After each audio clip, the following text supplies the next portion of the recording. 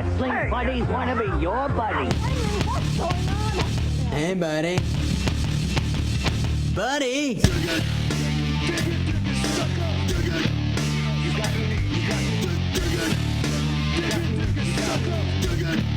You got me mad now.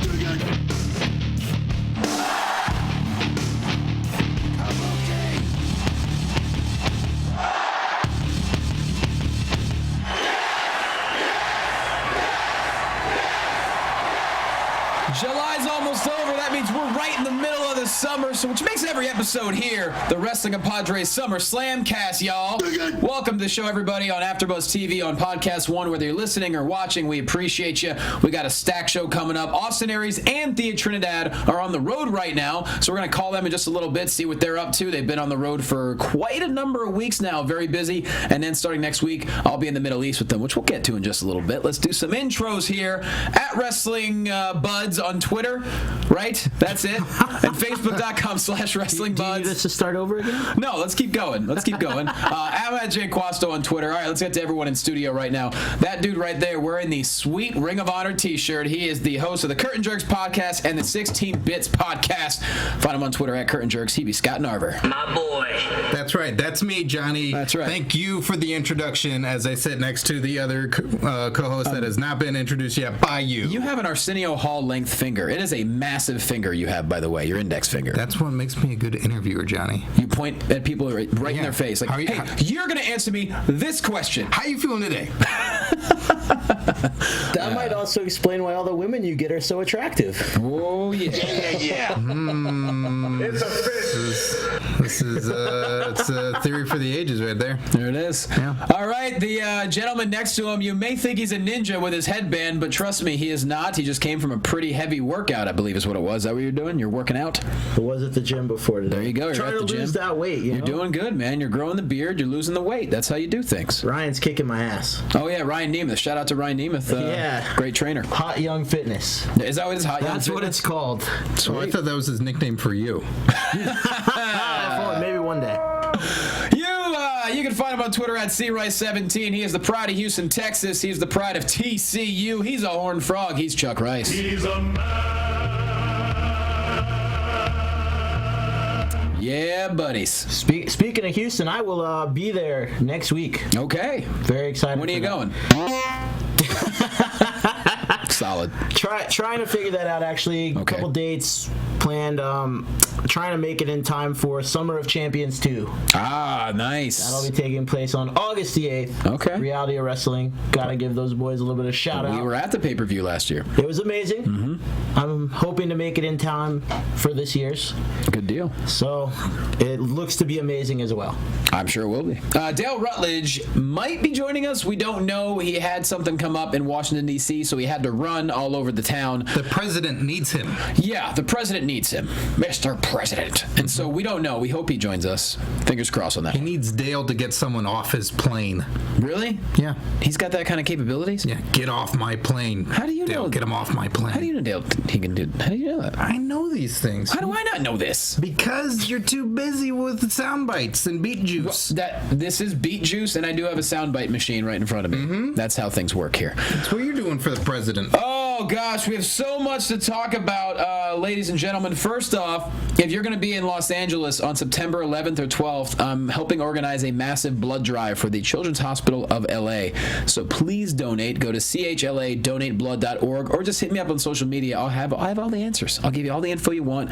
We're going to have a big 2-day event. We want it to be the biggest blood drive they've ever had. Chuck's going to be there. I'm going to be there. Narver, you're going to be there. Is it going to be called Busted Wide Open? Let's do it. All right. John Cena's nose will be donating. My plane. Actually, that's how you're going to donate blood. Dale. We're gonna bust your nose, and you're gonna just donate that way. I'm going to point at your nose and bust it wide open. Yeah. And then Dale's going to say, get off my plane. And that's gonna be the event. Mm-hmm. Greatest web short of all time. The greatest. And apparently there's cookies. There's gonna be cookies. There's gonna be celebrity appearances. There's gonna be performance. It's gonna be a lot of fun. So Blah, blah, blah. What kind of cookies? dude, when you give blood, you can eat any kind of cookie you want. Is that true? Yeah. Hey, yo. Oh, toothpick cookies. Uh-huh. It's going to be amazing. So it's going to be a really great event. You eat one cookie, you put the other one behind your ear, and then you flick it at somebody. You can flick a cookie. If you're giving blood, you can flick a cookie. Dude. You can give platelets, whatever you want. Johnny, I'm gonna tell you what kind of cookie I want you to have there for me. Tell me. Even though Hulk Hogan might not want this cookie. Oh, Jesus. What are you going to say? I want a black and white cookie. Shut the hell up! Oh, boy. I want one of those New York style black and white cookies. I don't know if they're that fancy, for God's sake. I think they have regular chocolate chip, maybe peanut butter. You might get a lemon. I don't know. What you gonna do, brother? Oh, my God, you guys. What a great... Not appear on the WWE Network. What a great segue. Because we were going to talk about this first. We might as well get into it. I don't know who you're talking about. Oh, that's right. He doesn't... Yeah, we're pretending he doesn't exist. Yeah, who is this? Guys, let's just talk about it, because... I saw the best meme this weekend. So there was some pretty funny memes about this. Oh, the memes are amazing. Oh, were they? The one where, like, they cropped Hogan out of the picture, and it's Andre, like, looks like he's literally falling in midair. Jesus. And it's like, remember that iconic moment at WrestleMania 3? Yeah. When Andre the Giant tripped himself. And then I saw one meme of someone put the Mr. America mask over him judging Tough Enough. There was a great one from South Park. You remember that episode where Randy had to go and apologize to all the black people? And the Reverend made him bend over and kiss Jesse Jackson. Jesse Jackson made him kiss his ass, so they superimposed Hogan's face, and it just said, apologize. No. Yeah, man. There was some humor out there for this, but what happened is not funny. No, it's sad. I know that was 8 years ago. I don't know who recorded it. It was 8 years ago, and they're sitting on it for 8 years? That's what I'm confused about. I don't know if it was a legal thing. I believe that it was part of that sex tape recording. That Bubba may have been recording it. Bubba may have been just trying to... I don't get it. I thought they were friends. I don't understand what's going on. Dude, okay, anybody out there, if anyone that you know is named Bubba, Love, or Sponge... You probably don't want to be friends with him. Don't be friends with that person. Especially when he says, hey, you want to have sex with my wife? You probably don't want to do that. Don't do that. Don't have nothing to do with that person, because that guy's been nothing but bad news forever. And with that said, Hulk Hogan's incredibly ignorant, and I know 8 years ago he was at a really strange place in his life, and look, I don't know what the hell. Here's what it comes down to.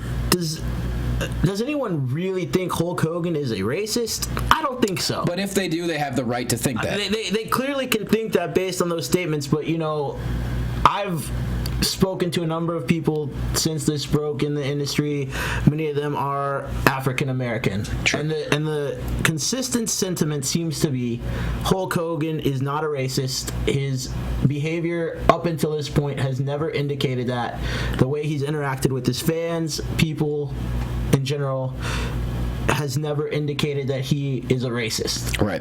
But the feeling is that he's stupid for saying this. It wasn't just stupid, it was ignorance. It's ignorance, and they said, he should definitely be held accountable for his actions. Yeah.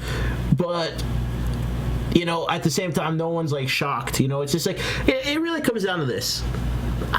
You just lose more respect for Hulk Hogan as a man. Mm-hmm. But at the end of the day, you have to separate the wrestling from the real life. Exactly. Hogan did a lot for the wrestling industry. Respect. But he's made a lot of mistakes in his life. I mean, starting with the reality show, everything's been downhill with his entire family, and it's a shame to see.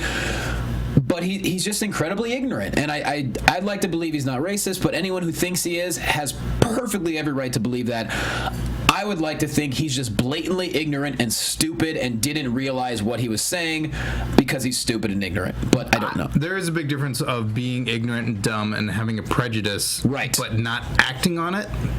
And not being a vindictive bad person. Yeah. It's just being dumb. Like, he's being dumb and prejudiced in his own life and saying what he says. And that's what sucks, is he was saying it not to be recorded. He wasn't filming his show. He wasn't on camera that he was aware of. And it still gives him no pass, but that sucks that, as you talked about from his show, from that point on, he made his life really public. Yep. All before that, in the 80s and 90s, Hogan's life was behind closed doors. It was, you wanted to get a glimpse of him on TV. You wanted to see him. There was no social media. Yeah, and he's overexposed now, so when you find out these things about these people that you hold as heroes, shows. You got to mind your P's and Q's in this day and age. It's like people have always looked at Michael Jordan like he's some god. Michael Jordan was a dick. It's just there was no social media that called him out on it back in the day. Look at everyone that's being exposed for the things they are. You got Bill Cosby, you've got the Subway. Thank God for that, because he's but you know, like not to get off on a tangent, but you're right. It's like you just have to be more aware in this era that, you know, you're accountable for the things you say. It's just a shame, though, that what this really brought to light is the racist undertones, and it's sad to say, but it's the racist undertones of what professional wrestling has always been, and that's one thing that's always bothered me. It's like, Dude, I love it. This has nothing to do with professional wrestling when you really think about it. No, this doesn't, but my point is he's the biggest icon in wrestling history to a lot of people, and for him to say that, and it just brings back, I read a really amazing article about a guy who's talked about, you know, he's like I'm an African American, and I still don't know why I love wrestling, and he calls out all the just the stereotypical stuff that has been over the years, and I still watch for all the positive things, but I completely understand if you're a minority and you don't feel as strongly about wrestling. I get that, because there have been so many stereotypical things over the years, and that's what's sad. Yeah, but you know what? And it's also sad that a sex tape is now racist. A sex tape none of us want to watch. Here's the thing that you have to really think about. Like, you have to separate wrestling from this, because you know what? You're right. There's been a lot of racist things in wrestling, and there have been plenty. And anyone that says that the WWE hasn't done racist things at times is just ignorant or blind. Just you know? right off the top of the bat, Hakeem the African Dream and Kamala, just to name a few, for God's sake. I mean, that's blatant. I mean, Kamala existed before that. Before what? Before WWF. Okay. Like, if you're just talking pro wrestling in general. Yeah. Of course. John Cena. But you know what? Like, white rapper. At the same time, like, maybe it was a great way to cover up something that they're really embarrassed about. But WWE put out a statement when everyone's talking about the Vince McMahon video, where we all know which one I'm talking about, with John Cena and Booker backstage. Sure. And they're right. You know, like, yeah, it probably never should have been allowed to air on TV, and that was a very stupid mistake back in the day on WWE's part. But you know what?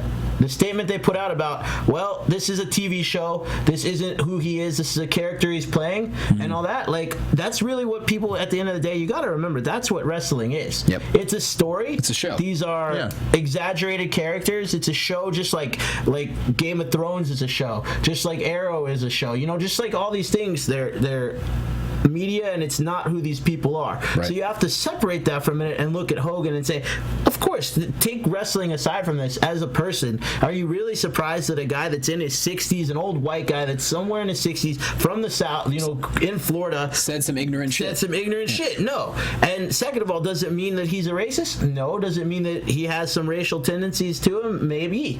You know, but it's just prejudice. I mean, that's what it is. I mean, this didn't make me lose respect for Hogan, because I already didn't respect him as a man. I respected him for what he'd done in wrestling. There you go. So you weren't shocked, Yeah, if you've been around the wrestling business enough and heard enough things, you're not surprised that Hogan said some ignorant shit. Right. You're surprised that it was this, maybe a little bit. Yeah. But that he did something stupid doesn't really surprise you. Well, ideally, he learns from this and, you know, is a better person for it. But the question is, okay, so he's gone from WWE. Yeah. What happens? What's his job now? Where's he going to go? Because he was an ambassador for them. To be honest, I think that's a temporary thing. I think that was a knee-jerk reaction to make everything disappear with him. I think in time, they're probably going to bring him back. You think so? Or is he going to go somewhere else to get a quick paycheck? No way. Who's going to hire him? That's the thing. I think with a name, even if there's controversy or not, doesn't someone want to scoop them up because he is a name?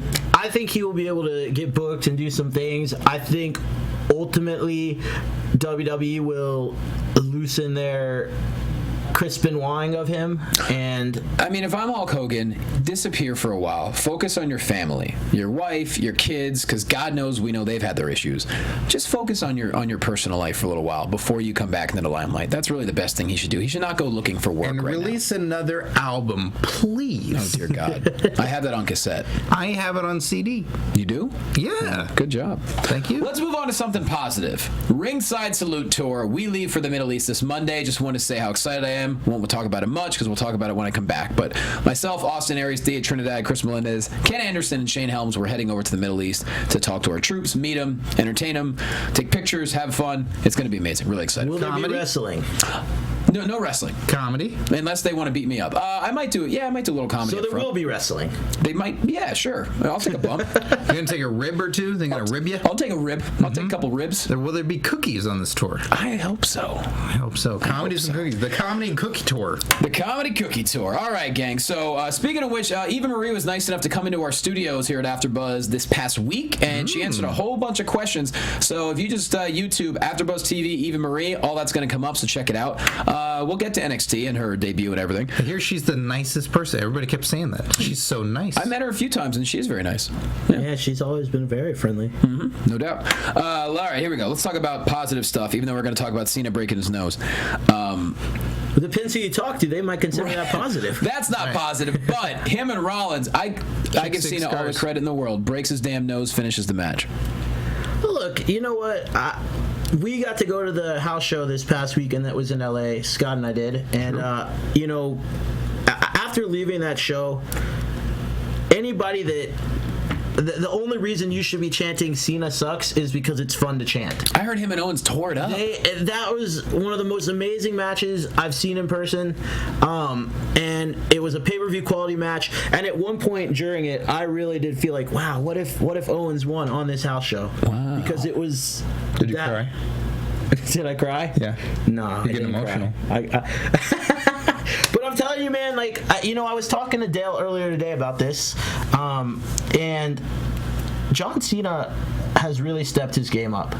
And I'm okay. Like, I know that you guys last week we were talking about, oh, we don't want to see John Cena in a main event again because for whatever reasons. I'm okay with John Cena in a championship feud with Seth Rollins. I don't want to see Cena win that belt because I feel like then we're going to get the old stale Cena again with the same competition. I think the reason that Cena has become so awesome lately is because I said it was when he lost to Owens that this really happened. Dale, and if he was on the line, he'd probably say, which he said earlier, he thinks it really became when Cena lost to Brock Lesnar, that you finally felt like Cena can be defeated, and so it doesn't have this, like, holier than thou. And that was almost a year ago. That was SummerSlam last year. And then he's having all these different matches with, quite frankly, people who are just more talented wrestlers than him. And it's causing him to have to step his game up and learn some new moves and do some different things. And he's gotten good at it. Yeah. And I think that with his character not being just... his character's a little different in my opinion. He's got a little more bite to him. And I think that has made Cena just enjoyable for people that might have really disliked him. Scotty? Yeah, I mean, they did absolutely everything in that match on Saturday. That's what amazes me is it's a house show, and they're doing, you said tables? There were multiple tables, Chairs. outside the ring bumps. There was comedy. Fighting up the ramp. It's talking on the mic. Every single thing happened in that match. It was amazing. They gave you absolutely everything you wanted to see. They did such an amazing job. It's what Austin always talked about. Stone Cold, that is. Where it's they over-delivered so that way next time they come to your town, you had no choice but to go and bring 10 of your friends. Wow. And they did such an excellent job that night. I think they boosted the sales for Hell in the Cell so fast because they were doing the pre-sale tickets that night. That's in LA, right? When is that coming up? October 25th. October 25th. And they drove that home, and with that match, people went in a flurry to go to the box office. I saw outside afterwards, and it was packed. Wow! So they did a great job, and Cena, Owens, there was a ton of stuff that was just a really great night. It was a really strong house show. Nice. It started off a little slow, I thought, the first half. Not the tag match. Well, not the tag match. The tag match started off really good, then it got a little slow. This is the weirdest match that happened. The match where no one had gimmicks anymore. So that was weird. It was Curtis Axel. Curtis Axel. Axelmania is dead, bro. Yeah, it is. Beard is shaved. Yeah, freshly shaven Axel. So he's kind of a little sideways. He's kind of updating his look. And then you've got Damian Sandow. Who's just himself. He's just himself versus Adam Rose. Yeah. Who no longer has an Exotic Express.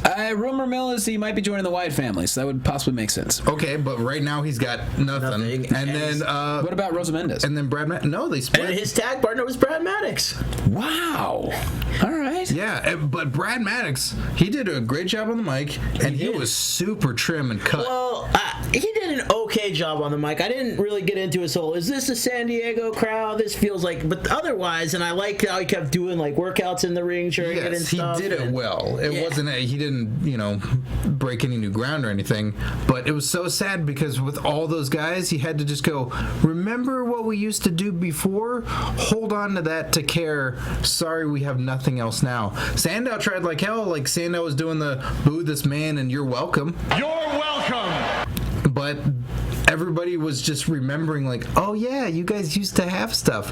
Why don't they give you stuff? Like no one was giving them crap. Yeah. It was just kind of sad. I know. We've been saying it for weeks. We want to see Sandow back on TV. Maybe they're waiting for the right time to bring him back. I don't know what Axel's going to do at this point, but I think Sandow's got a lot more tools in his tool belt, if you will. I say Axel goes crazy. Like, shave the head. You've already shaved your face. Like, go for a crazy different look. Just go for it.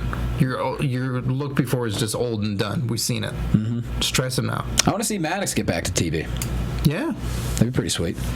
But yeah, did you see the high knee from Rollins to Cena's nose? Oh. Wow, did you see Cena's nose after? That thing busted up, Looked man. like Play-Doh. Looked like he was in Mike Tyson's Punch-Out.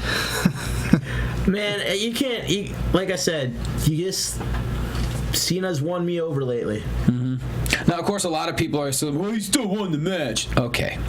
He still finished the match with a broken nose, dripping blood all over the place. Mm-hmm. I mean... This is a tough guy. Yeah. I mean, I think we're going to end up seeing maybe title versus title at SummerSlam. That's the only way I'm down with that.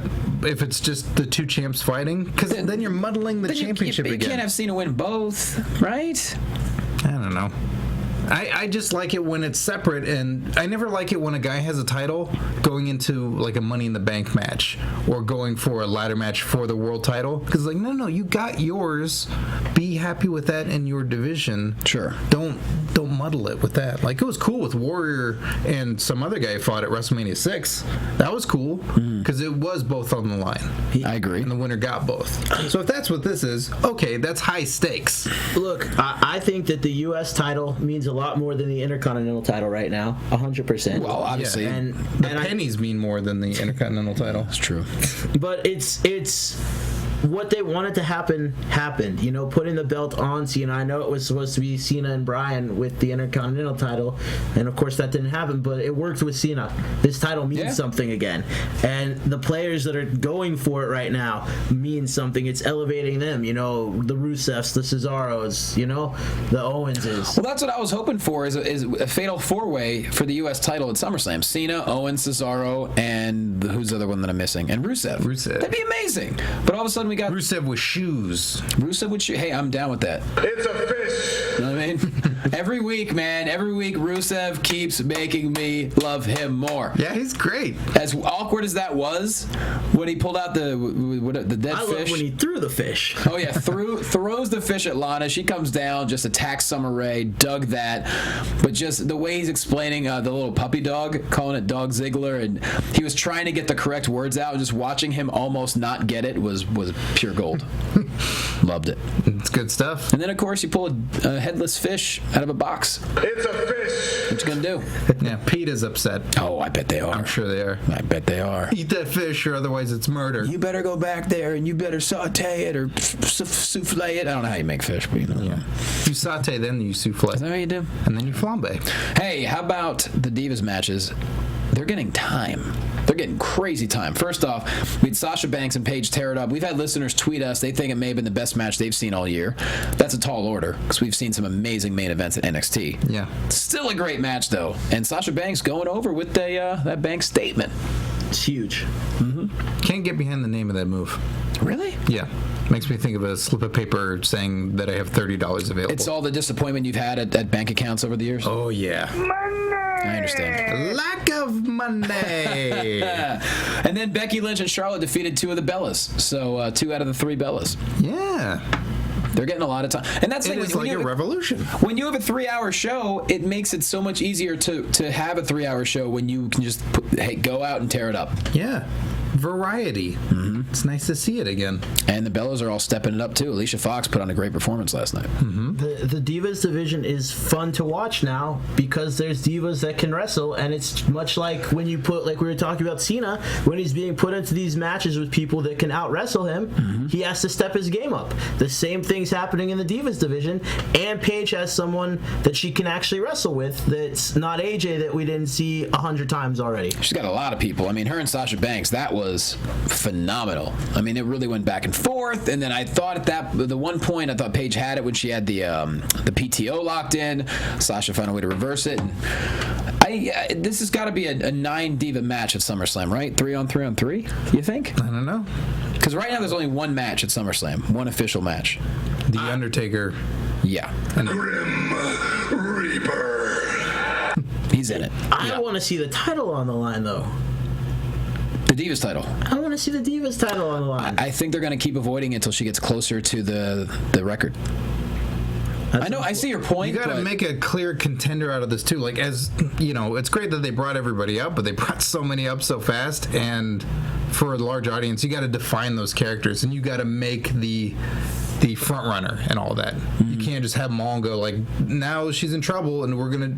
If they did it all 9 against 1, then it means nothing. I feel. Then it's just, anybody could have gotten it at any time, and someone wasn't the best. They were just the luckiest. That's the thing, is I would like to see someone become the clear number 1 contender, but right now they just brought him up. So I would love to see him make it where it's like, look, the title's on the line, whoever, 3-on-3-on-3, but whoever gets the pinfall, so you create some division amongst the women on their own little teams. And I forget, did I talk about it on this show, or was it SmackDown? I said do a gauntlet match. That's what they need to do. Okay. And then you have the entire division, and it's all the girls. And then, it's you either throw the champion at the end or in the middle somewhere, and they're going through, and it's high stakes. And they do some kind of luck of the draw thing, almost like a Rumble, where you draw numbers, you're like, oh. And the champ might get pinned at some point in the middle of that, and then you're going through with the new champ. Or here's an idea, women's ladder match. Damn. Gotta do something. Oh yeah, by the way, SummerSlam's 4 hours. We missed that. You didn't hear the announcement? Yeah. I missed that, no. The beginning of Raw, Triple H came out and said SummerSlam is going to be 4 hours. Can we? Dear God Almighty. I mean, I want to point something out that's been someone doesn't like hanging out with their kids, it sounds like. No. It's really bothering me that Seth Rollins is walking out there with them as they announce the main event is Undertaker versus Brock. That was they've weird. Been stressing that the WWE Championship is the main event. That's what Punk got all his panties in a twist about. Like the WWE Championship is the main event. They've tried to push that as what it is. Yeah. And then they came out there, and every week, like, it makes less sense for why don't have him come out after they like, whoa, I'm the main event. Shut the hell up! I mean, it just doesn't. It's a slap in the face to your champion, I feel like. Sometimes matches are bigger, though. Like, sometimes feuds are bigger than the title. And again, I don't know why every single reference I have at this point is a Hogan reference. But WrestleMania 18, I went to it. Never forget, okay? Jericho Triple H for the Undisputed title was not bigger than Rock and Hogan. At all. Right. And they put it in the wrong place. Amazing. And the way that they built Taker Lesnar, that's bigger than whatever the match is going to be. Yeah. That's so huge. The entire roster separated them for a half an hour. But at the same time, man, you got Undertaker involved. It's because they've done this at WrestleMania, like you mentioned, where Undertaker kind of took some of the shine away from whatever the title match was. So at least they're saying flat out, here's the last match of the night, SummerSlam, main event. I don't know. So do you think? I mean, if that's the case, I would go back on what we said earlier and not have the WWE Championship be on the line at SummerSlam, because SummerSlam is one of your biggest pay-per-views. It's your second largest one of the year for all intents and purposes. Maybe you could argue Royal Rumble. You could argue SummerSlam though, yeah. Especially now it's 4 hours. Good God Almighty. Well, you know what makes a main event every single time is when you put Heyman in it. So if Heyman's in that match, That's the main event. Yeah. If Heyman's wherever he is, he's building the biggest story. And the fact that they already announced it, that's our main event. There's no other official match for SummerSlam yet. I mean, granted, we have, 4 weeks? I feel like we're going to end up getting something with, Cody Rhodes and Neville with, Stephen Amell in there doing something. And, The Miz. I think that's coming. Oh, my God. Are you kidding me? Stardust is referring to Arrow so bad. He mentioned something on Even Raw. you picked up on that, huh? Yeah, he mentioned something about a green. What did he say? I know Arrow. I've never seen the show, but I know Arrow. It says the guy that hosts the DC show. I don't have time to watch. Chuck, I have to watch wrestling unlike you. I don't have time to watch the DC stuff on TV. Anyways, my point is... I got to read the picture books. Yeah, exactly. But no, he's flat out referencing Arrow, so there has to be something in the works with Stephen Amell. Well, I love our boy Rob Schamberger, too. That painting. Ooh, it looks good. Oh, that too. With Stardust and the Arrow. Yeah. I hope so, man. There's got to be. They wouldn't be referencing it without it happening. Look, if anyone that does watch Arrow or Flash knows that these two shows have some of the best choreographed fight scenes. Yep. And from what I've read, I don't know if it's true or not, I know that Stephen Amell doesn't do all of the stunts, but I know that he does a lot of his own stunts and has learned a lot about choreographing. From what I've read, I don't know if that's true. But if it is, you have to imagine he could come in there and do something. I'm not saying he could put on a full match or be a part, you know what I mean? But another I feel like Hollywood backlap brawl. It wouldn't surprise me if he is in the corner of Neville or something, but then again, who would be in the corner of Stardust? Unless he's special guest referee, but that's even a bit of a risky endeavor. Oh. Maybe Miz, the other actor, is in the corner of Stardust. Big Show, star of Vendetta. Dean Cain could be in his corner. Dean Cain? Sure. That's a reach, Scott. No, he's also in Vendetta, LaQuasto. But I'm saying Dean Cain is a bit more of a reach. I'd rather see Goldust. He's available. Mickey Rourke's coming back, okay? Sure. What's that? Mickey Rourke's coming back. Oh, God almighty. Looking like Lopan from Big Trouble in Little China again. Good luck with that. But no, I love what Stardust is doing. I mean, he's making that feud with Neville. Neville is putting on amazing matches and looking confused when Stardust is being Stardust. And it's working. It's working. Like when Stardust attacked him backstage, it was awesome. Just how Stardust is acting. It's phenomenal. He's making a feud, and he's making us care. And I'd like to see that match happen. Hell yeah! Oh my God! Oh, you know who could be in Stardust corner? Who? The Terminator, because he's the pre-order bonus in WWE 2K16. Dude, how dope was that commercial? That was amazing. That was so much better than that lame Stone Cold one. Yeah, where it's just sad out in the desert with his belt buried. Who buried my damn belt? Yeah, it's what is this? What's happening? And then just to recreate that one. Oh, they recreate the opening of Terminator 2 with naked Terminator walking through the bar and looking for someone's clothes. And he's passing all the WWE superstars, and he comes to Ambrose. He's like, I need your clothes and your jacket. Boots and your motorcycle. That's what it is, yeah. Mm-hmm. And Ambrose puts a cigar out on his chest. Yeah. And they just do it. They do it shot for shot, like they do the same thing, but it's just fun and it's awesome. And the whole point is, as a pre-order bonus, you can wrestle as Terminator. Okay, that's badass. It's so weird. I love it. Who better than Ambrose to put that cigar out to? Canyon, but he's not around. That's true, Canyon. Who better? Who better? Rest in peace, brother. So I already mentioned Becky Lynch and Charlotte defeating two of the Bellas. So we had a hint on a Raw at KO, Cesaro, Orton, and Sheamus maybe getting into something, because the four of them had a bit of a... I don't know what that could possibly be. Fucking Sheamus ruining a great match. Unless... No, they're not going to give up the... You were just high on him last week. Yeah, and he fucked it up. There you have it. Well, I want it to be. I gave him a chance, and look what he did. He stabbed me in the back. Wow. What did you not like about Looks like Sheamus? He stabbed you in the front. I mean, Randy Orton versus Kevin Owens could have been a really good match. Yeah. And he ruined it. That's true. What the heck? What was that? It was a kitty noise.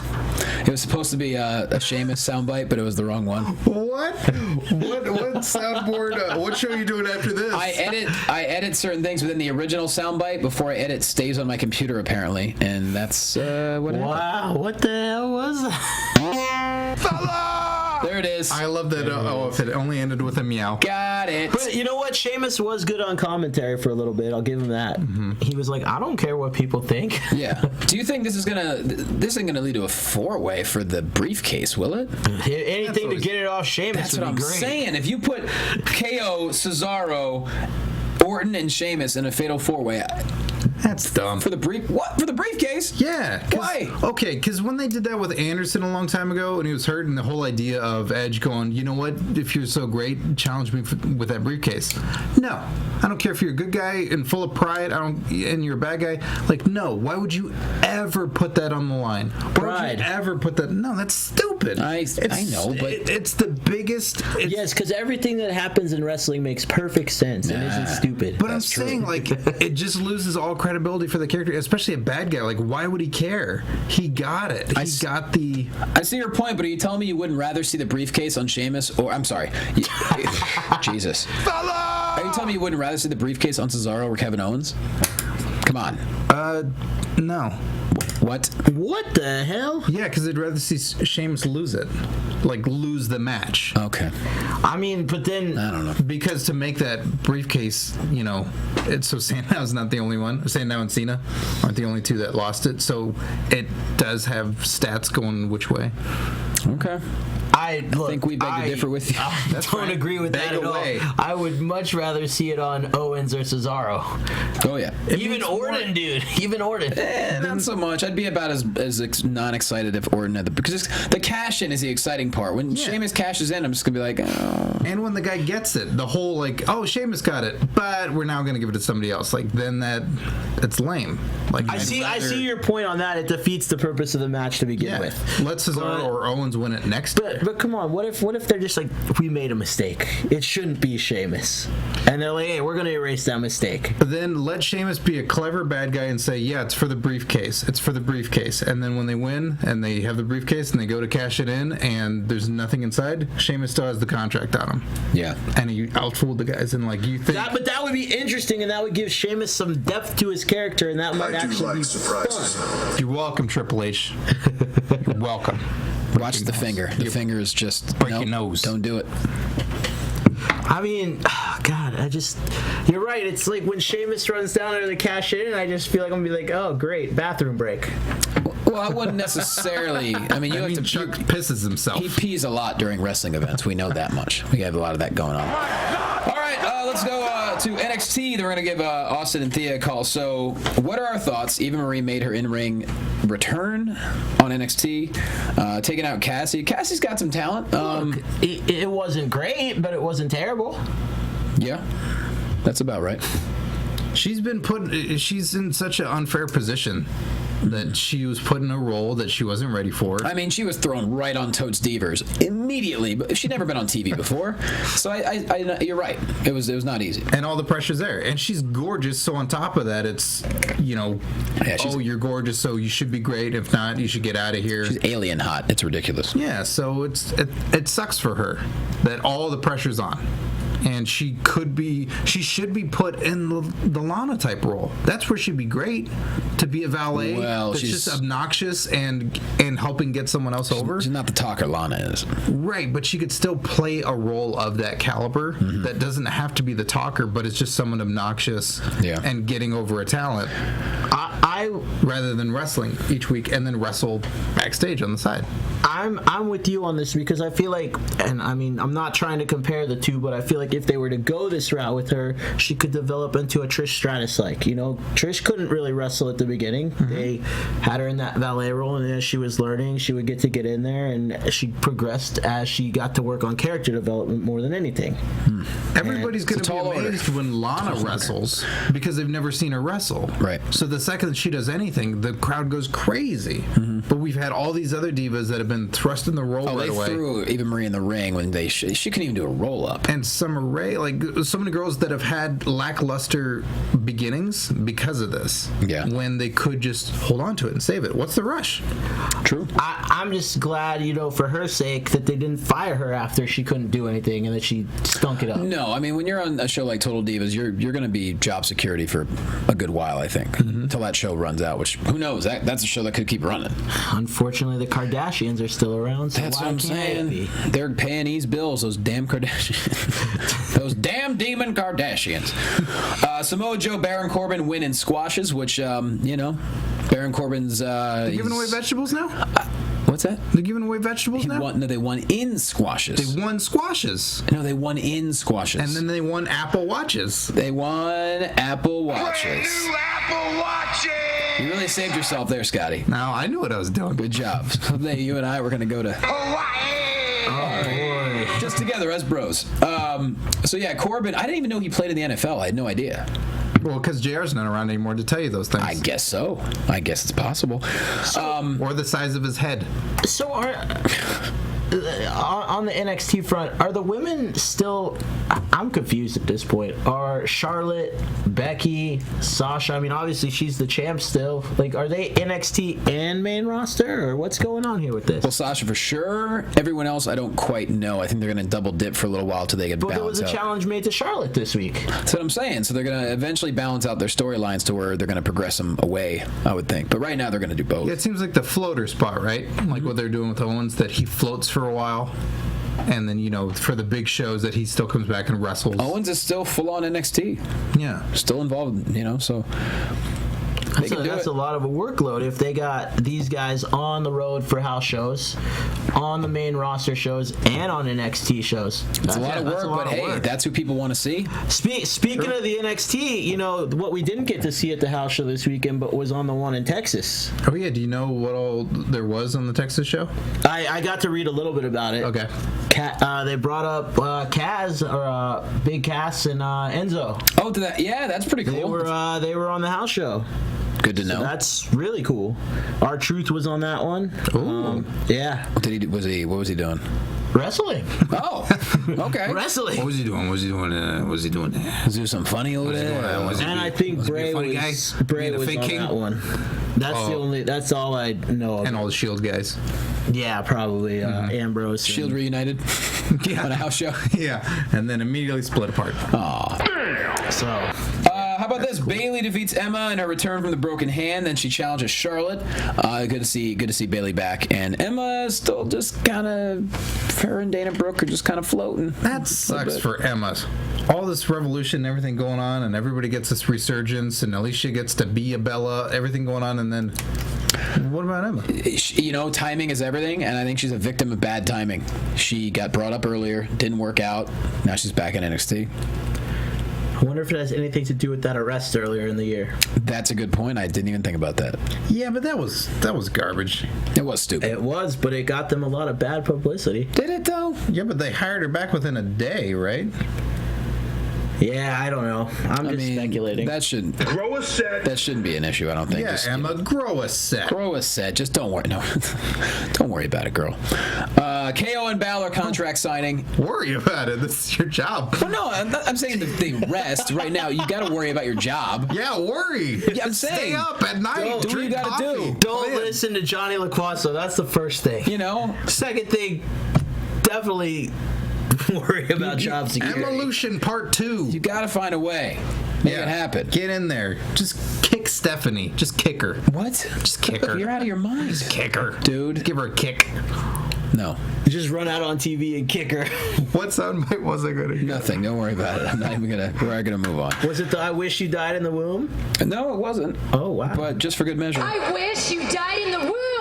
So KO and Balor at a contract signing ended in violence, as they do. And so, like we said, KO right in the middle of everything, still at NXT. Mm-hmm. You know what? I want to see a contract signing one time that doesn't end in violence, just to swerve us. To where they just stare. Shake hands, and it's like mutual respect. And Yeah. Good day to you, sir. And I want to see them thoroughly read the contract, too. That'd be funny. Yeah, because no one reads that thing. That's stupid. Come on, Hilarious. Hey, Steve, if you're ready, you can call, make that phone call and let me know when we're on the air. That just if you peruse a contract, that'd be the greatest contract signing of all time. See, that's something that SummerSlam's a TNA 4 could do hours. with EC3. He's like, I need my lawyer to read this first. You Come just out flat with out his read lawyer the entire. I would love to see someone do that. Just read the contract for 20 minutes. Just leaning over, whispering, and going like, "Oh, I don't know about this. I can't read this fine print. Yeah, I don't think we're gonna do this." I left my glasses backstage in the gorilla position. That alludes to this could be some sort of a stipulation match, like a cage or ladder. We need this retracted. Not a fan of stipulations. Yeah, That'd we be need pretty a fun. one-on-one match, Just a one-on-one. preferably no disqualification. Yeah, read that out. Read that out loud. All right, so we're going to hopefully have Austin Aries and Thea Trinidad on the line in just a minute. But before we do that, let's get into, let's talk Ring of Honor because Yeah. Austin, wait, is he on the air? Oh. Yes, can you hear me? Hey, what up, brother? It's Austin Aries, Thea Trinidad, ladies and gentlemen. Welcome to the show. Round of applause all the way from sunny Florida. What's happening, guys? What's going on, guys? What are you doing? Thea just sent me a picture of you with a duck inner tube. It's a frog floaty and a rolling rock Okay, well, in my hand. all right. Sorry, it's a frog floaty, not a duck. I couldn't tell. That's my fault. Well, ducks aren't green. I stand corrected. Frogs are. Thank you, sir. Wait, did you really confuse a duck with a frog, Johnny? I'm trying to host a show. I had 2 seconds looking at a picture. I couldn't tell what animal it was. Oh, I love you, brother. It's a lovely picture. So what's going on, guys? So let's talk about the last couple of weeks for you, because it took you like 20 minutes to explain where you've been to me the other day. So let's run it Much like down. the difference between a duck and a frog. And the duck and the frog difference, yes. So right now you're in Florida, but you went back to Ring of Honor, made the appearance. How was that? That was the 17th, I believe. Yeah, it was cool. It was cool. Nice seeing some old faces and people I think highly of. And the day started early. We made the drive from LA to Las Vegas. Got there a little early, so Thea could hit up the Evo convention, which was cool. And then went on our way to the Ring of Honor show. Had a good time there, and then took off in the morning for Toronto for Tommy Dreamer's House of Hardcore. And Not before sitting on the tarmac for 2.5 hours. American Airlines can't wait to fly them to the Middle East, right? Yeah, quite a fitting name, actually. It's good they're called American Airlines because then it's kind of come to signify the kind of customer service that we come to expect now in America. Unfortunately, they are a very good representation of customer service. Before we go to House of Hardcore, because I want to talk about that, what was it like after 5+ years being gone Ring of Honor? What was the reception like, and how did it feel to be back in that situation? I felt like it was a taste.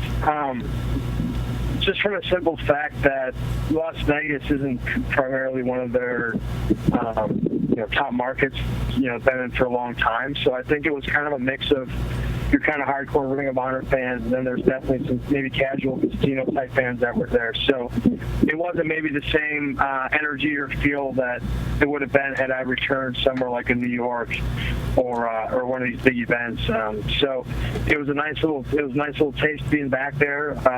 Seeing some of their new guys that are really talented and that style that like to work there, and just kind of integrate myself for the first time, and hopefully get a chance to go back for a bigger show down the road and make a bigger impact on sort of intended.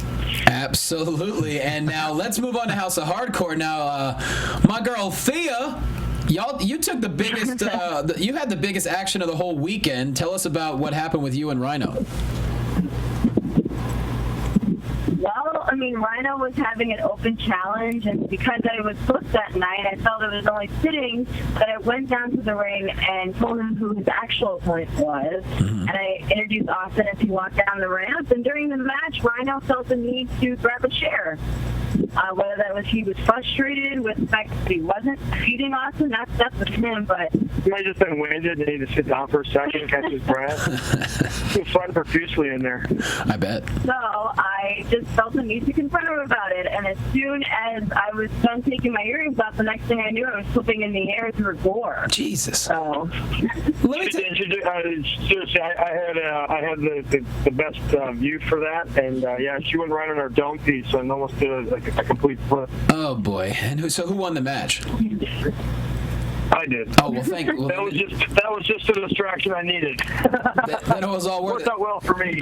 Let me just say. Yeah, but you know what? That whole hey babe, I'll take a bullet for you. Literally. She took a gore for me. So how sweet. Pretty much the same thing. Yeah, you owe her one. That's for sure. Let me guess. Were these earrings big hoop earrings? Yes. Of course they were. You love them hoop earrings. Are you surprised?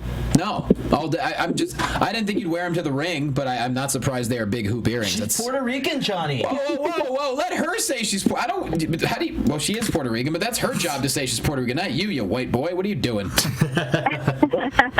Yeah, he's just proud of the fact he's got a Puerto Rican friend. Let him enjoy that. That's true. Oh boy, we're like a college brochure on this show. Yeah. That's as far as we're going with that. Thanks, Austin. Oh my God. All right, so we had House of Hardcore, and then you went to Florida, I believe. Yep. Okay. Yep. Did some stuff. I did. My bags followed me there 3 days later. Ah, Jesus. And you did some stuff there. Did a couple of things there. Had a few matches for my old friends at TNA. Mm-hmm. And that everything went well. Yeah, I think it was. I think it's going to end up being either one night only or some stuff for their international broadcasts. So Okay. it was kind of cool to get back in there with Lashley. Got a chance to wrestle with EC3 and have Thea out there with me was nice. And the Impact Zone fans appreciated it, obviously. Nice. And she got in the action just a little bit. When Tyrus was trying to slobber on her at ringside, and I had to take care of that. So I just needed a meal. He probably needed a snack time or something. Yeah, he's definitely got the King Hippo vibe to him. That's for sure. And so you came back for a little bit. Now you're in Florida. What's going on this next week? Because I know we leave for the Middle East in like a couple days. Yeah, we were originally booked out here, maybe NWA Fan Fest or something in the Carolinas this next week. Originally, we were scheduled to be there, and then the vendor that was bringing us in has just vanished. He disappeared off the face of the earth. I heard that from a few people. The cool thing is, I think he's going to be on one of the new episodes of Unsolved Mysteries to bring that back. So that's cool. But other than that, we lost all the bookings that he had set up, so we won't be there. But we decided to come out here anyway, and then do a little family time and see some of my family, and then head up and see some of her family in the Carolinas, and then go hang out with the Hurricane and his family, and then take off for the Middle East. That's what's so cool is you two and Shane are all flying out of North Carolina. We're all going to meet in Chicago. I know Melendez is coming from Orlando, Ken's coming from Minnesota, and then we all meet in Chicago, and then we all take like a 13-hour flight to Abu Dhabi. Yeah, I can't wait. On American Airlines. But hey, look, at least you're finally going to Abu Dhabi on the show. Yeah. I mean, you know what? The flight, it's going to have to be okay. They're going to make up for their mistakes, I think. I hope so. I was thinking about just shipping out my bags to Jamaica now, just to be ahead of the curve here. Here's the thing: they lost my bag. It happens. It's not a big deal. But how did my bag that I checked on an American flight to Toronto end up going to Chicago on a Delta flight? That's the part I couldn't understand. Well, and then both cities end in the letter O. That could be a thing. That's my only excuse. Here's the thing: American Airlines screws up so much that maybe if you did try and ship your bags to Jamaica, they might actually end up in the Middle East waiting for you. Your bags are getting a lot of work, dude. That's kind of what I was thinking. Or that Skycap is just a huge Wolves fan. He's like, I'm going to stick it to you. That's what it is. Yeah, right. Could be that too. I'll get that dirty heel. Yeah. But so have either one of you been able to do like this tour to the Middle East we're going? Have either one of you ever done anything quite like this? I mean, it's my second one, but this tour we're doing is kind of like it's unprecedented because only one company ever does these. So this is kind of a neat little thing that we're doing. Yeah, what company is that?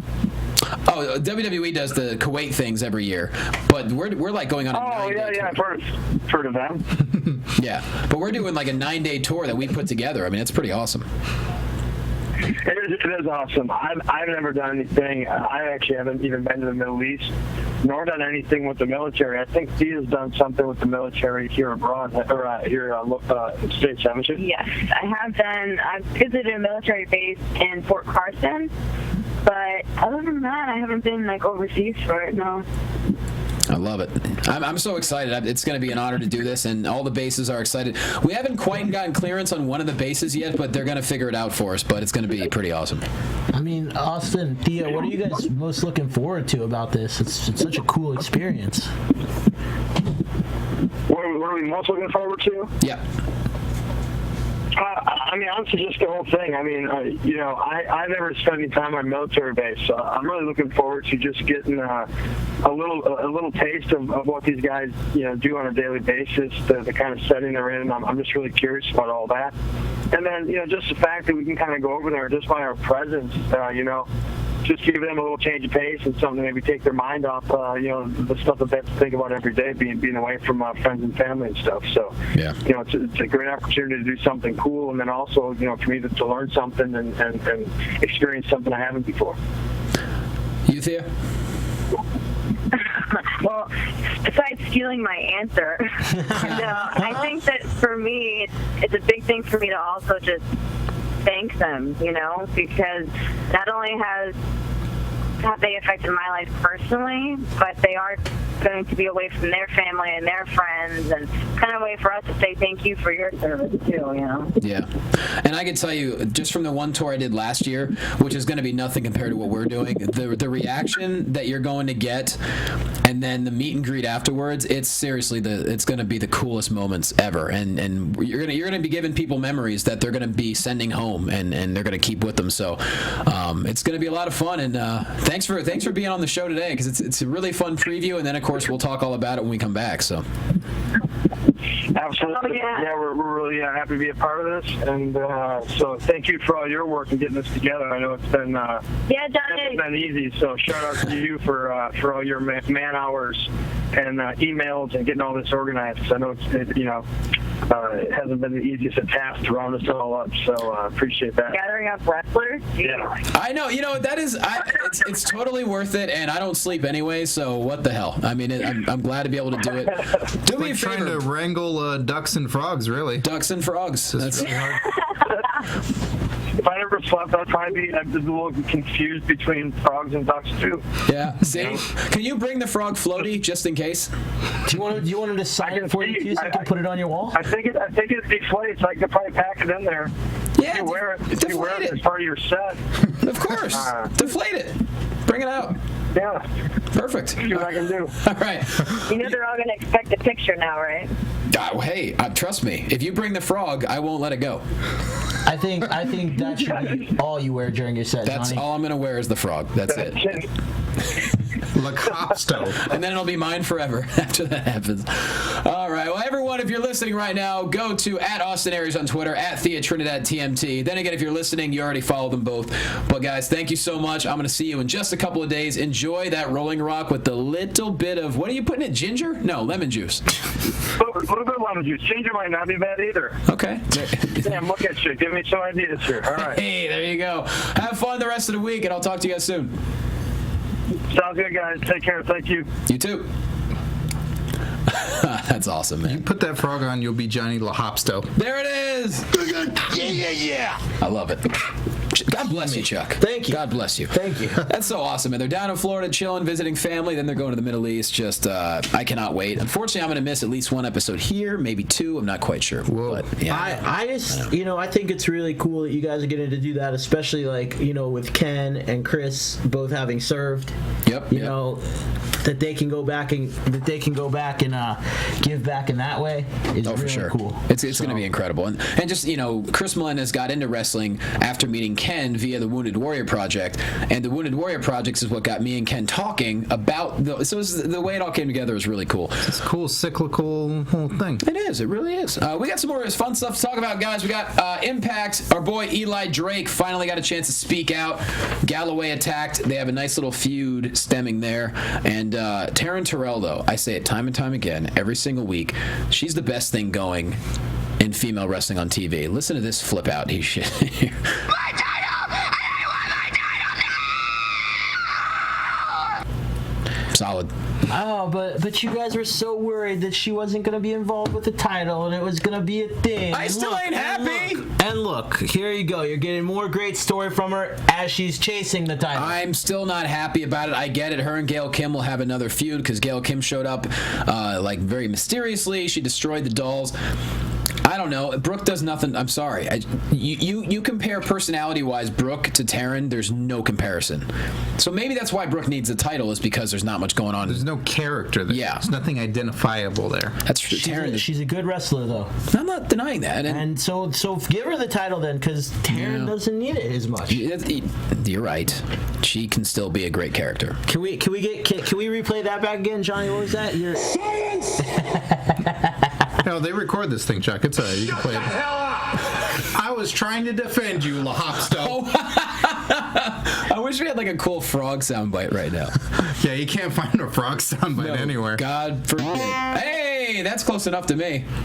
A lot of frogs in Hawaii. And we've lost all control here. Yeah, we have lost all control. Matt Hardy's the new #1 contender. Defeated Bobby Roode in a tables match. I didn't see that coming. Can we just... what? I don't know how to feel about that. It's interesting. You can have your own feelings and express them.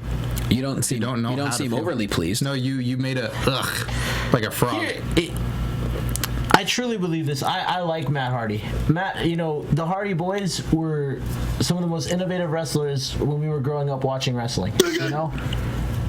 Jeff still looks amazing. Matt Hardy he looks like he just doesn't look like he did once, and it looks like he's aging. I get that, but you know what? There's plenty of people on that roster. I just don't see Matt Hardy in that role. And this isn't a slight at him. No, I see your point. I mean, maybe it's the fact that there's so many people leaving. I don't know, because now Bully Ray apparently is left. He just became the GM, for God's sake. I don't know what's happening. But it's just like, and again, this is not a slight at Matt Hardy. I know Matt. I like Matt. We've done stuff together. Like, he's been on our show, the On Your Mark. He's a cool guy. He loves grapes. He does love grapes. Who doesn't like grapes? He does. So again, no disrespect to Matt Hardy. I just think there's a lot of younger guys on that roster that are talented and deserve that spot, and Matt should be playing the role of the veteran, helping get people over, and telling me that Isn't he's that going what he's to, doing? Well, that's kind of what he's doing. That's what he's doing. EC3 doesn't need to get over like that, though. He's already over in that way. Yeah, but it's another veteran to help him get over with another guy. When you put up another guy, if you're going to put up a spot or somebody else, then you're looking at it like, oh, that guy's time. But those guys are chasing. And in the meantime, you get a guy like Matt Hardy, you get EC3 to work with a veteran that gets him more skill. I see your point. I do. It's not going to be a long feud, I don't think. No, he's just the first guy. And Jeff's coming back this week, not to wrestle. He's making an appearance. So Willow? He's walking. He's recovering from his injury, but that's still a major leg injury. It's going to be a while. Yeah, but perhaps Willow could show up. Oh, I love Willow. I really hope I'm wrong. I just can't see that feud working. Yeah. And I hope I'm wrong. I really do. I think they could find a way to make it. EC3 can feud. He's a lot like Stardust, to where EC3 can make a feud with anybody work, I think. But I see your concerns. I understand that. But there's a lot of people leaving. There's so many moving parts in TNA right now. It's like, who knows if Matt Hardy will even be there in time to have this match? I don't know, the way it's going. The whole Bully Ray thing is really sad because he just became the GM. I don't get it. That doesn't make sense. I don't know what's going on with that guy. He's a temperamental guy. We all know that. So what? Yeah. A man, first name Bully? Chuck, don't say anything. I'm trying not to say anything either. I had my encounters with them too. Oh, you did too? Oh, yeah. Let's not go there. No, I'm just holding my tongue and smiling. I mean, I think he lives his character pretty well. So that, I mean, with the same point of a Matt Hardy, like that guy being GM, whatever. There's more people to pull from and be in that role that can do it and will be there and will happily take that job. It's just a bummer because they have to find a way to. What are they going to do? Write him off TV? We just became the GM. Who cares? Just get rid of him. Dixie just goes, I don't like him, and then somebody else. Get out of here. You're not going to fight your I fight. don't think it's a problem with That's what you Dixie do. because Oh my God, you get the Great Khali in there. As GM? Yes. That'd be amazing. We just thought of something. The Great Manager. Dixie loves Bully Ray though. Well, probably not right now. they're I'm too- quite fond of Dixie, so let that be known on the show. Oh, I know. Yeah. Lucha Underground, Ultimo Lucha is coming up very, very soon. A lot of cool stuff. Puma and Mil Muertes brawled it out in street clothes. Remember when Muertes wears the suit? It's just even more ominous, you know? And Such a big suit. he's a big bro, man. He's a big dude. I was told recently, I didn't fact check this, that was the former Judas Macias. Mil Muertes? Yes. Could be. I don't know. I don't know if this is true. From TNA. He's wearing a mask. Abyss's brother. If you recall that storyline. I was watching heavily back then. I do remember that story. That is I don't know if that's true or not. Father James Mitchell. whatever, yeah. Right. I mean, well, hey, the mask is working, as is Prince Puma. Is there anybody, and we talk about guys like Neville, there's so many great high flyers. Is there anybody that can do what Puma does? The way they say cats always land on their feet. That's what Puma does, no matter what he does. Cats? I don't know. I'm not going to do the cat thing again. I bet. But it's amazing what he does without even trying. Mundo has some Him of that. too, but Mundo's like 6'5". And Puma. and Helico. No, absolutely. Well. But I'm saying like they have shades of that. They're but both. they don't have what Puma has. Puma's got that. I mean, Mundo and Helico, there's nobody like those two. They're two of the best in the world. But I'd say Puma, maybe there's some fluidity to him that's just like. I'd say maybe RVD like in his ECW prime. Like he was the other guy where you just went like, who moves like this? It's like real life. Does this? It's like a real life Spider-Man. In all fairness, I still think that about RVD. No, for sure. Still. But I'm just saying, like at his thinnest, most like uninjured peak. Sure. You know, Puma after all is the like wear a and tear. real life Spider-Man. Yes. The way he moves. Maybe Jeff Hardy before this injury. Yeah. But Puma's another one of those guys to add to the list where you just go, how is this even possible? Unreal. That dude, That's gonna be a hell of a match. Yes. Such a contrast in styles because Mil Muertes ain't flying. No. He'll ground you. He'll ground you all right. He will ground you real good. Phoenix wins the Battle Royal for the last medallion. And I'll be honest with you, I was very confused at Dario Cueto explaining the medallions. I got lost. I don't understand what's happening. I don't get it either. I've been trying to follow the medallions things. Like, so what? Chocolate inside? No, I don't follow. No, Mazel Tov. No. I don't know. He stood there in the ring and tried to explain what I was hoping one of you guys would understand. Any listeners understand what's happening? Feel free to tweet us because I don't know. There's 7 of them. Sexy Stars got one. I forget who else. I don't know what exactly they mean or what they're doing. Yeah. I just know they give you life. They give you There life. you go. Maybe it's you can't get fired with those. That's how you protect your job. Yeah. Maybe.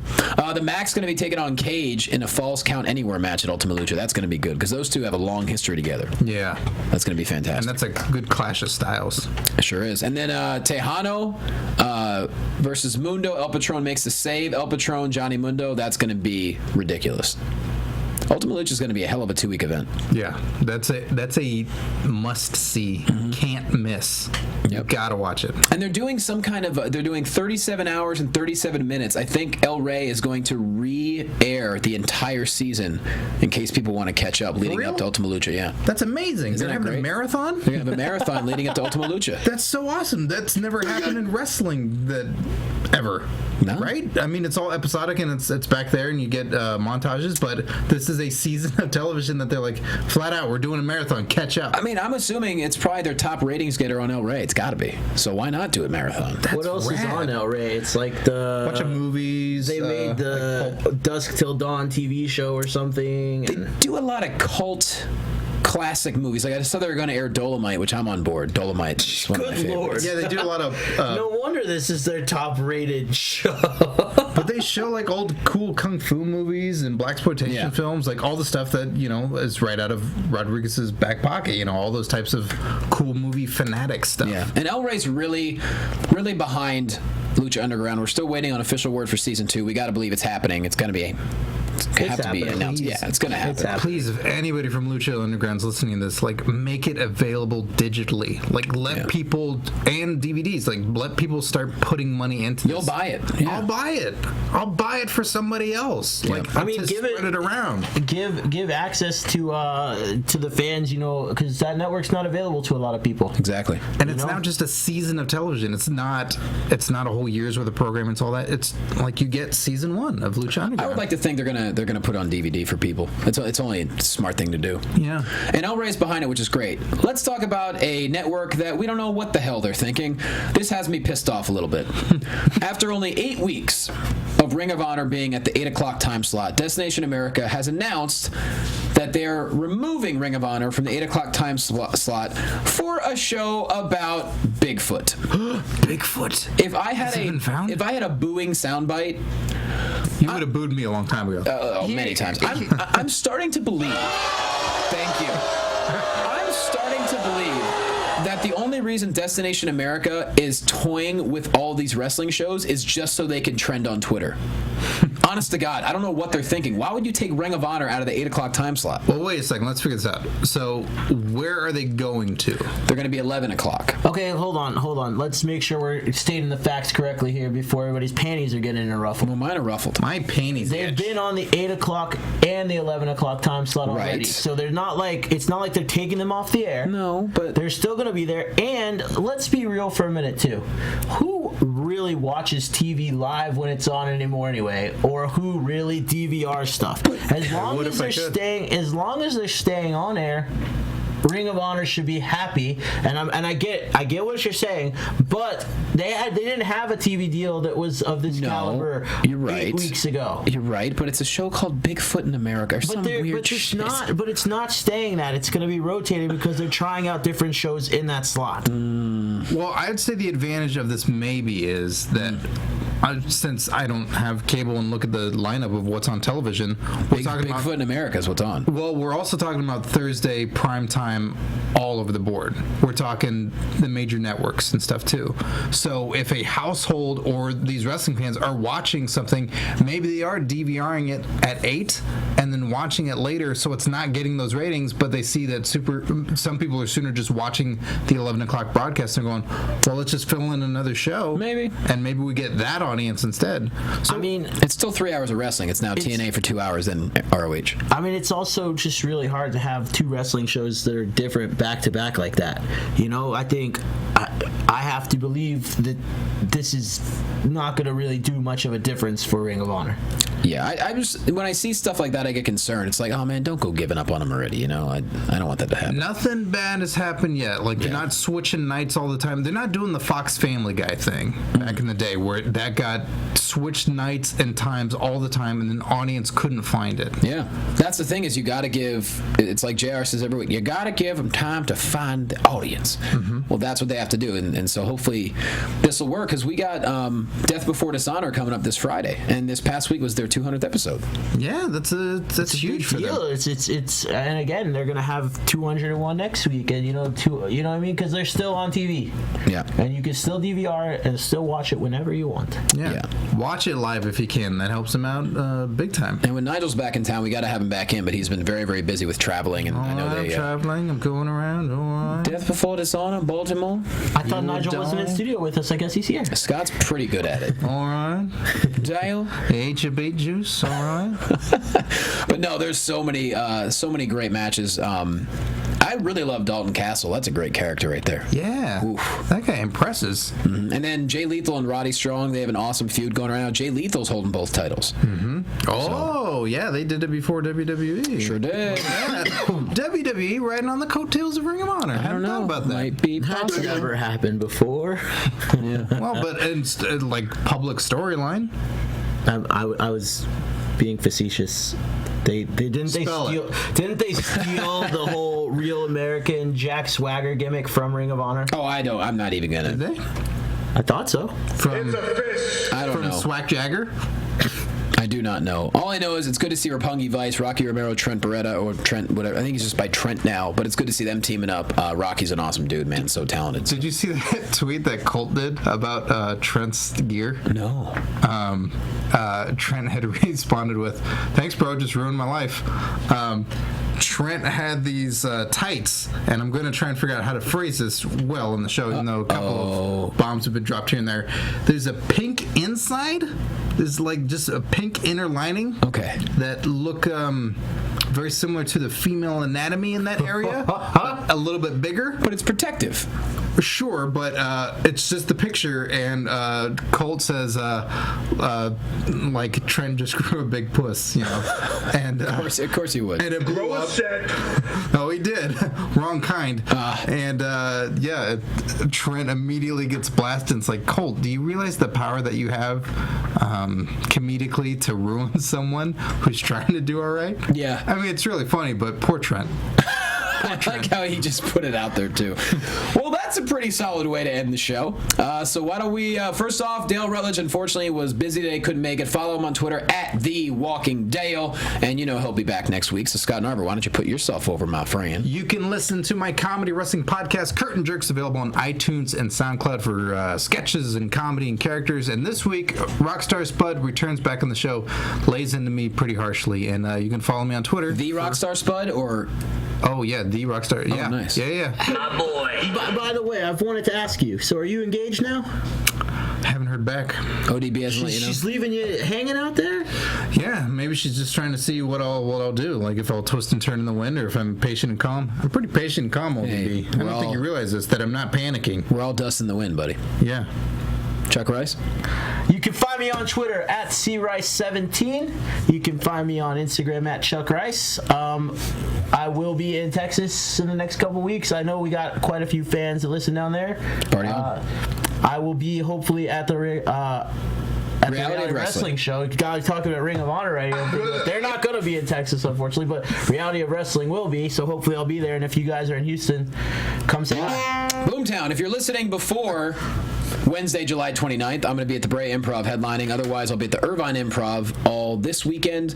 And hell, I'm going to be in the Middle East after that. I'm going to miss an episode or two, but I cannot wait to come back and talk about it. So, La Hopsto jumping all over the place. La Hopsto just cruising around. Most importantly, guys, CHLADonateBlood.org, or please hit me up on social media if you happen to be in Los Angeles, either one of those 2 days, or if you're anywhere near Los Angeles, take an hour drive, give blood, save a life. It's going to be such an amazing event, and you're going to feel amazing for doing it, knowing you helped all these kids out. So please do that. So just hit me up on social media. I'd be happy to give you all the information. Other than that, ladies and gentlemen, thank you so much for watching. Thank you for listening. We appreciate you every single week. Y'all have a good one.